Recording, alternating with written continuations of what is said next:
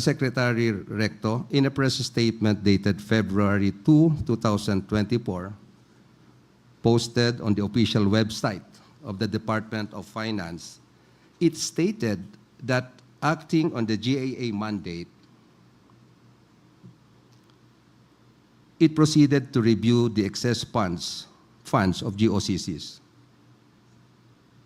It was found out that Philhealth had a substantial sum of excess, unused, and idle funds over the past few years, amounting to how much? 183.1 billion.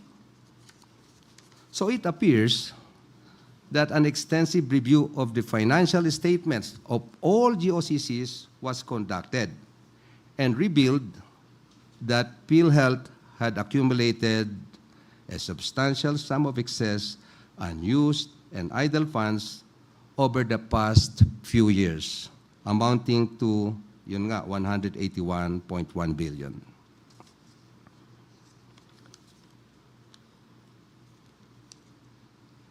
The clear import of the statement is that this amount, 183 billion, I sound like a broken record already, being in excess is no longer relevant insofar as attaining the objectives of Philhealth are concerned, and thus it could be appropriated to other uses.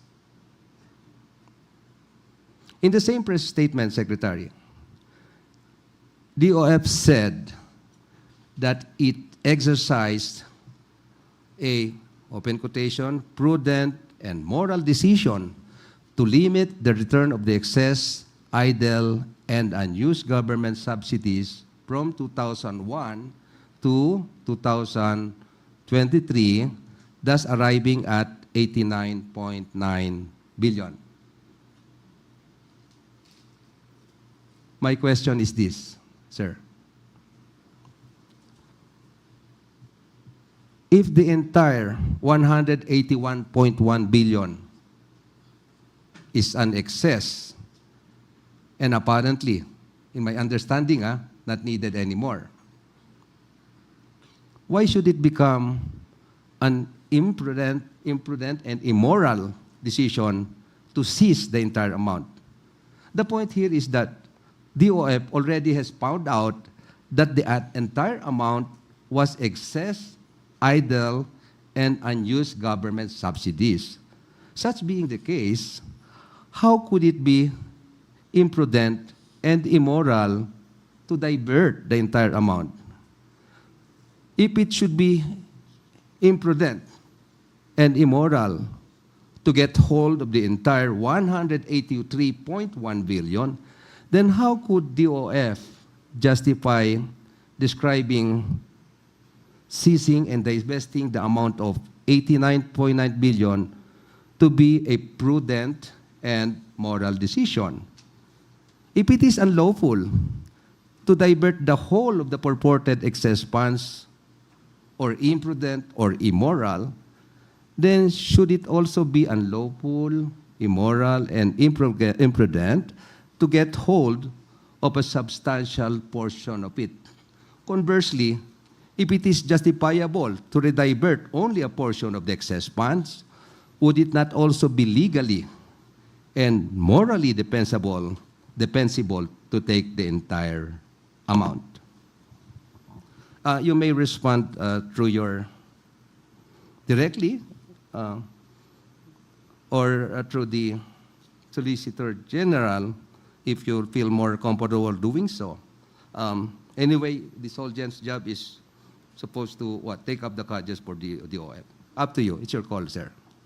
Thank you very much, Associate Justice Rosario. If I may, if it may please the Court, before I answer the question, may this representation be allowed to make a brief opening statement to provide context insofar as these issues are concerned?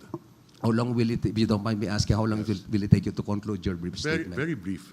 Okay. So thank you very much, Associate Justice.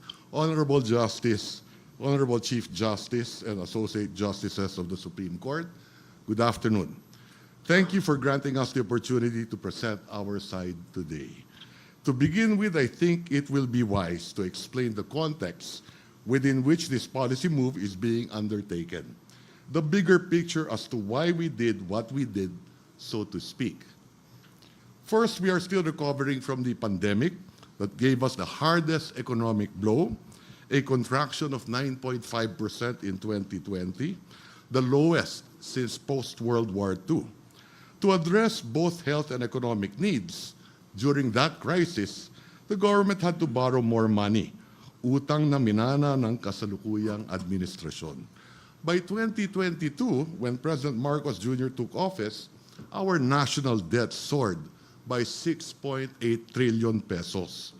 This surpasses the combined debt of all previous administrations, bringing our debt to GDP ratio from its lowest level of 39.6% in 2019 to a high of 60.9% in 2022. And now it is our responsibility to repay these large borrowings. We inherited this debt, but we do not intend to simply pass this burden onto the next administration.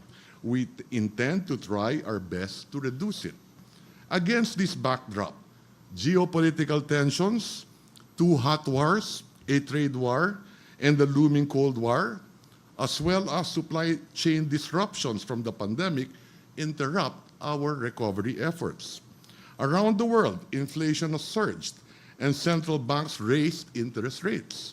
Thus, Congress mandated in the 2024 General Appropriations Act to sweep the unused, idle, and excess funds of government-owned and controlled corporations to raise more resources to support the President's priority programs to enhance economic recovery efforts.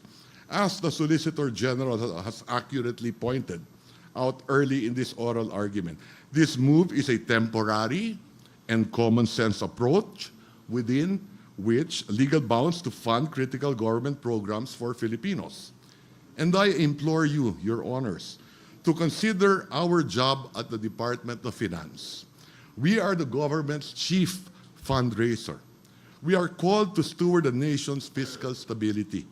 It is our duty to put every peso to work for the people. Hindi po pwede na kapag may nakitang malaking pondo na natutulog at hindi nagagamit para sa kapakanan ng taong bayan, hahayaan na lang. Sleeping funds serve no one. Every idle peso is a disservice to every Filipino. To put into perspective, based on the 2024 GAA, we had an appropriations of 5,768 billion pesos, of which only 4,273 billion pesos were supportable by revenues. Thus, reckoned on a daily basis last year, our expenditures amount to 15.8 billion pesos a day in cash, of which 11.71 billion pesos in cash were funded by revenue collections, and the rest, 4.1 billion pesos in cash by loans. Every 24 hours, kada 24 na oras. This is the daily math of governance. So at dusk, when the sun sets over Manila Bay, a spectacle I see from my office, I would often ask myself, nakakolekta ba tayo ngayon ng 11.71 billion pesos sa araw na ito? The national budget is a catalog of expenditures. Every item therein has a price tag, paid in taxes, non-tax revenue, or by debt. Our role in the DOF is to pick the tab of what the budget has ordered. Kung kulang, we pay in credit. And we are wary not to max out the National Philippine Credit Card. Thus, this move to sweep the unused excess idle funds of GOCCs is in line with the principles of our medium-term fiscal framework to ensure the country's macro-fiscal stability. And that is to consolidate all public resources so that these are mobilized and utilized to gain the maximum benefit and high multiplier effects for the economy and the Filipino people. This framework ensures that we reduce our fiscal deficit from a high of 8.6% of GDP in 2021 to only 3.7% in 2028. Last year, we already hit our target of reducing this to 5.7%. This will allow us to sustainably reduce our national government debt to 56.3% in 2028. And just as what we did during the pandemic through Bayanihan 1 and 2, we see this as a Bayanihan 3.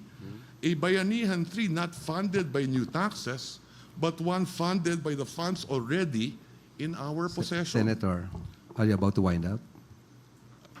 Just a few more minutes, then I will happily answer all your questions. Just to Hindi provide nilagay pala yan, context. di po nasasagot yung tanong I'm ko. sorry? It's okay. Yes, Please thank you. proceed. Thank you. But one funded by the funds already in our possession.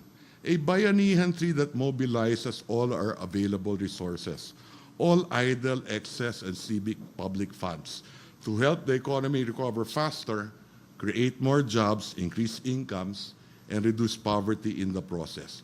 We wouldn't be doing our job, Your Honors, if we willfully neglect our duty to exercise fiscal prudence in this matter just because it is unusual. We wouldn't be doing our job if we clung to convention over common sense. And now let me respond to some points brought up during the previous sessions. First, why Philhealth? Alinsunod po sa batas. Hindi lamang po ang Philhealth ang nag-iisang GOCC na aming inutusang magbalik ng sobrang pondo ayon sa 2024 GAA. Tinignan po ng DOF ang lahat ng mga natutulog na pera ng lahat ng GOCCs. And with our extensive review, we found out that Philhealth has accumulated a very substantial excess, unused, and idle funds over the past few years. This is not beneficial for one reason. Every peso unused is a benefit denied to a Filipino citizen. After carefully and cautiously computing the reserve funds of Philhealth, its excess, unused, and idle money actually amounted to a staggering 183.1 billion pesos. Senator, Yes, sir. I'll just respectfully reiterate my question. Yes. And please answer as briefly as possible, Yes, given the limited time that we have. yes. If your question So is, it is your position, sir, that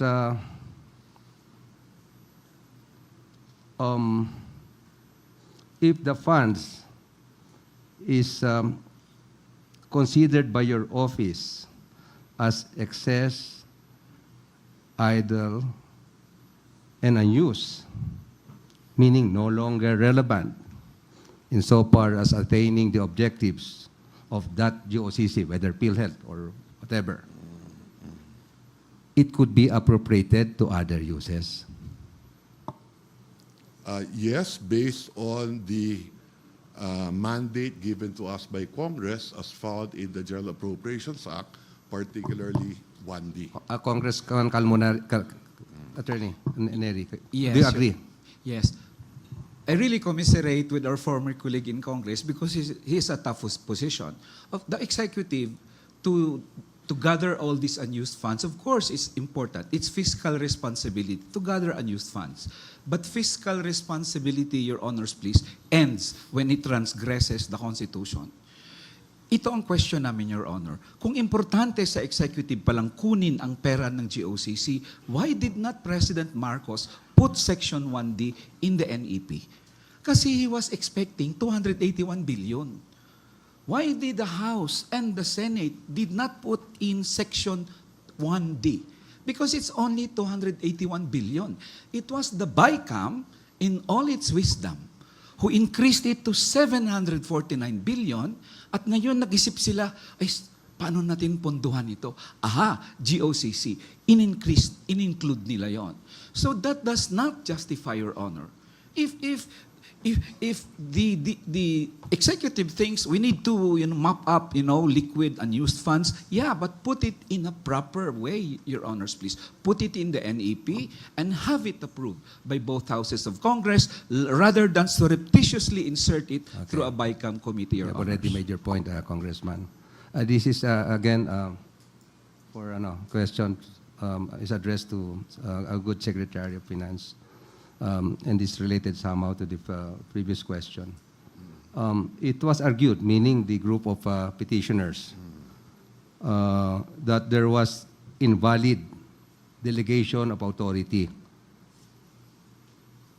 as the power to transfer appropriations is vested only among the select government officials, which includes the President, but not the Secretary of the DOF. As allegedly what happened in this case in the implementation of DOF Circular 003, 2024.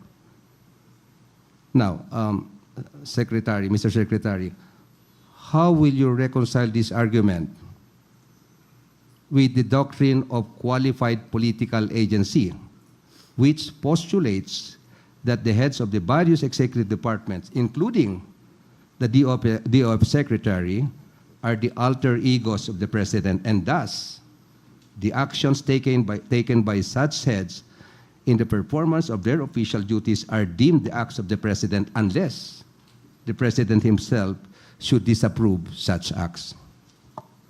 With all due respect,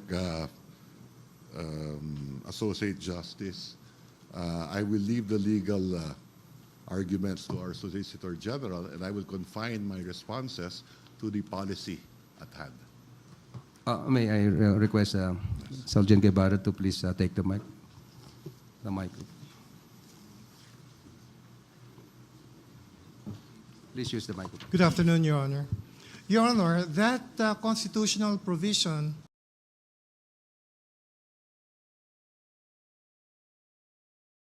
applicable.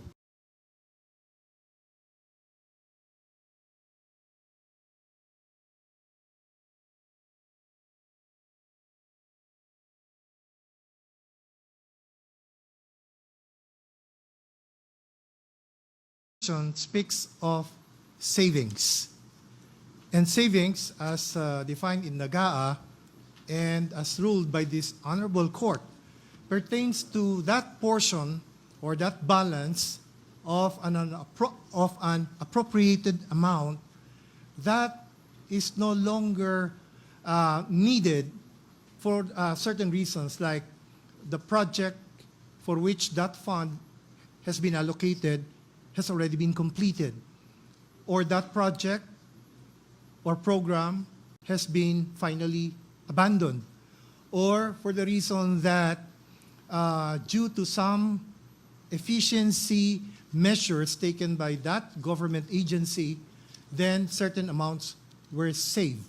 So it is that concept of savings, Your Honor, that is referred to under Section 29(3) of Article 6 of the Constitution, for which only the President, the Chief Justice of the Supreme Court, the heads of the constitutional commissions, the Senate President, and the Speaker of the House are authorized to transfer or to effect, to augment another item in their respective appropriations. So that is not the one that is the subject of Section 1D of the GAA 2024. Congressman, okay, you're already excused. I have one last question for Secretary Recto. Short lang po.